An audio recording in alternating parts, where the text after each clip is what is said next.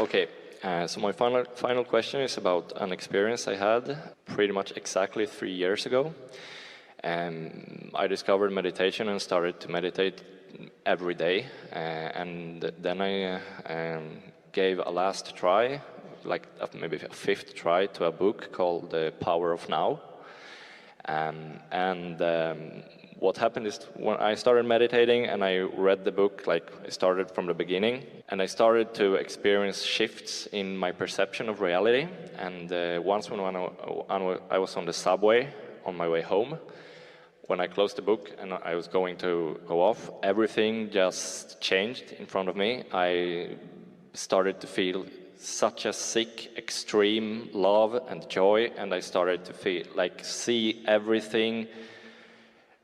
Every color started to shine brighter. People started to shine around me, and it was like being in another dimension. I came home. Everything just had like a pulse. I was in my apartment, and I saw like, shit. I've been here so many times, but this is the first time I'm actually seeing this. Anyways, this experience held for maybe a week before it started to come down. And approximately like in the middle of that week, I just looked through the book, and in the beginning, the author wrote something about that. Humanity is not in has more farther advanced stage of consciousness than we are now, and we can take further leaps in our evolvement. And I remembered that I have a friend that have talked about this for some years ago. So I called him and I said, "Hey Alex, I understand this now. I remember what you were talking about, that the evolvement in consciousness, because I'm feeling it." And when he started to reply me, it was like the whole experience, it started to, like, it went up with 1,000,000%. I mean, everything started to shine around me. I felt like this connection to the whole universe. I felt my heart, as well as I felt like the cars outside, and it was just, I just felt everything. Anyways, the words he said that triggered that was, "Yes, I know, and there are people out there who are trying to control our knowledge about this through media and our education system and the financial system." And I started to speak about this. I kind of saw like visions about all he was saying. I started to see our school systems. It was like if information about how our whole society is built up started to pour into me from all the directions. I saw the two planes going in toward the center, 9/11, and I saw just everything that I could see. It was like if I got all the knowledge that there was to know in the world into my head then. But anyways, I wanted you to speak about what the words he's told me, that there are forces trying to cut off away from our connection with the source. How does that affect me? Much of what you just described is what we've been talking about here relative to what influence are you under? Are you under the influence of source, or are you under the influence of a stream of human thoughts that have been projected? Let's just start there, because as you were reading the book, The Power of Now, and you had that experience where you stepped into the fullness of who you are. If you had paused in your story at that point, we wanted to jump in and say to you that what you were experiencing then was seeing the world through the eyes of source. Yes, yes. In other words, you lost your resistance and you tapped in to this awareness that your inner being has about who you are and about the world. In other words, you were deciphering through that broader perspective. This conversation is a wonderful one to have on the heels of the one that we had earlier about our friend who found himself being a better me for a moment. And we wanted to use the words a fuller me, a more all-inclusive me, or the best way of saying it is you were able to suspend for a moment the reluctant human part of yourself and allow yourself the fullness of all that you are. Well, the thing that happens, one of the reasons that we had the conversation that we had earlier today about understanding what influence you're under as you make the decision whether to stay in that vibration and in that train of thought, is because whatever vibration you've got going on, law of attraction will cause it to be more. And we want to make a distinction about something, and we're going to be very gentle about it here because nothing has gone wrong here. This is all really a wonderful experience that you've had. We just want you to acknowledge with us, we're asking you all to do something that most humans don't do. We're asking you to be vibrationally aware, which is the same thing as saying emotionally aware. But emotional awareness, because of vibration, is an awesome power. It's an awesome clarity. It will bring momentum in a very quick and clarifying way. Stay with us. This is going to make a lot of sense to you in just a minute. When you become someone who is aware that they can read energy, who is aware that they are a receiver, it's like when you learn to read a language. You could go to a library or a bookstore and you could take anything from the shelf and participate in it. But everything that's on the shelf may not be something that you want to participate in. So having a keen awareness of what your interests are before you go in there is really helpful. Otherwise, you're going to be looking through all kinds of things. This is a big subject, and we are enjoying how well you're all staying with us, because this is going to be wonderful as we come to this culmination here. Understanding that whatever you're giving your attention to will bring more and more and more of it, and understanding that there are all kinds of thoughts that are there is something to think about or consider. But then this one piece that we want, it's going to be all right. You're getting out ahead of us and you're anticipating that we're saying something to you that we're not saying to you. So just chill. When you realize that you are a receiver and that what this subject really is about is the stick subject that we talked about earlier. So let's pick up the stick that is called humanity. And then let's pick up the stick that is called life experience on planet Earth. Let's pick up the stick that is called destiny or future. In other words, these are subjects that people really want to think about. These are subjects that people really do think quite a bit about. And on one end of the stick, there is source, and there is freedom, and there is empowerment, and there is deliberate creation, and there is empowerment. We're going to keep saying that word. There is knowledge, there is well-being, there is eternalness.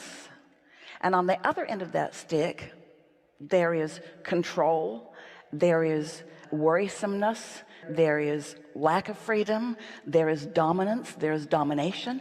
It's the same stick. So you had an experience when you were devouring the power of now. You tapped in to the perspective of source about all of that.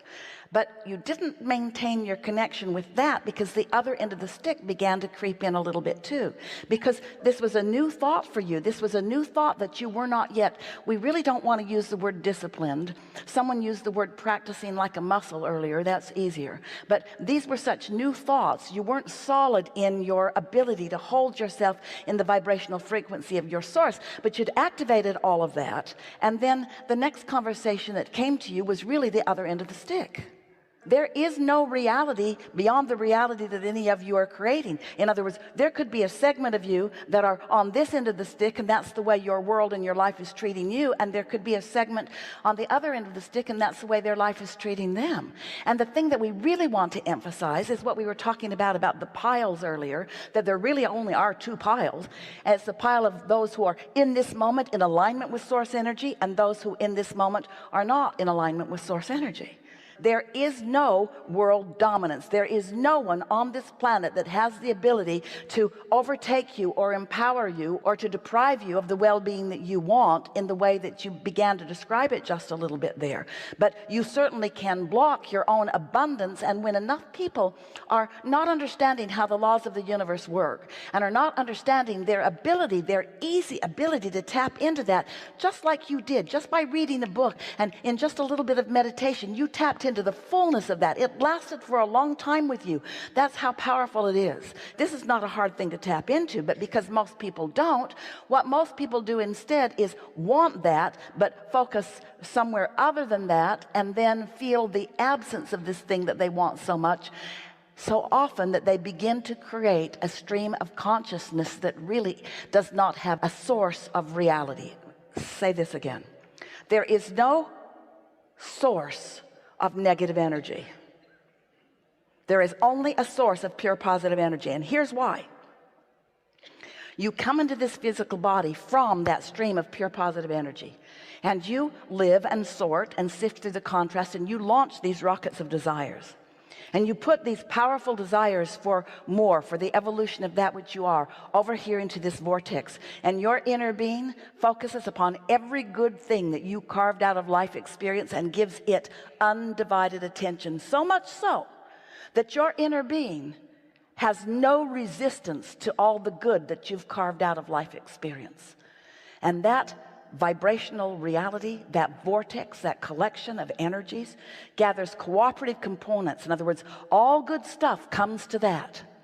And then you use your emotions to lead yourself to that, hopefully while you're still in this physical body. But if you were to croak, we love that disrespectful word since there is no death, and you were to reemerge into non-physical, guess what you find there? Guess what you take there? Guess who you are as you go there? You leave behind all doubt and fear. You leave behind all bondage. You leave behind all hatred. You leave behind all disempowerment. You become the fullness. You become that being that you felt yourself to be in all of those days after you had that very close experience, you see. That's how you feel when you reemerge into non-physical. You know the goodness of all that is. And so as you and everyone else and everyone will eventually reemerge into non-physical, it is from that basis that all that comes forth comes forth. In other words, evil intention will never get a foothold. It's only something that people make up and use as their reason to pinch themselves off from who they really are, from who they inevitably be, you see. So you had a powerful dose of that, where you get to make a conscious decision about which way do I want to flow. What end of that stick am I going to focus upon? Because both ends of every stick, poverty is available and so is abundance. Confusion is available and so is clarity. Happiness is available and so is sadness. In other words, in every moment you have the ability, and the better practice you get at it, the better you'll be able to accomplish it. You have the ability. So you were influenced by another human in that magnificent book to be under the influence of who you really are.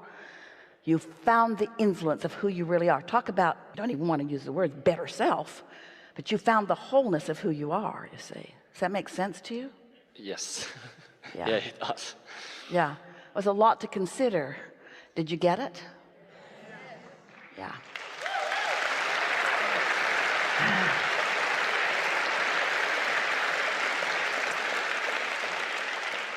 Much of the world, and a lot of those well-meaning people who have mentored you along the way, really thought that if they could warn you about things, that you could make better choices, without understanding that their warning would cause you to focus in a way to activate a vibration within you that would deprive you of your true nature and who you truly are.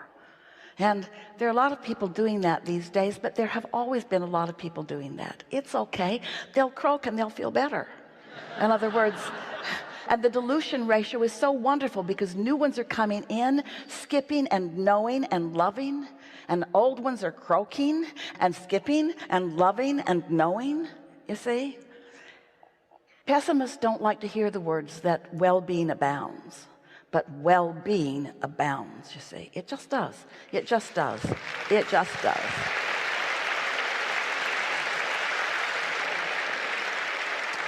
Something more? Yeah, 1 million questions more, but I think I will give it to someone else. Well, you know, you said this is happening. And the reason that you felt the potency of that, the power of that, the importance of it, is because this is a conversation that mass consciousness has summoned so that the likes of you could consider it and radiate it outward. Thank you. I have a question. I'm trying to understand the connection between being fully present. A lot of teachers talk about being the power of now, being here, and having future goals and future visioning. And well, we've been listening to that too, and there's a little confusion about that. Not everyone's confused, but let's clear it up here. Here is what the power of now really is about. This is a vibrational universe, and we are non-physically focused. So you could say in another place, but in non-physical, it's non-place. We are non-physically focused, and you are physically focused, and yet we are sharing now.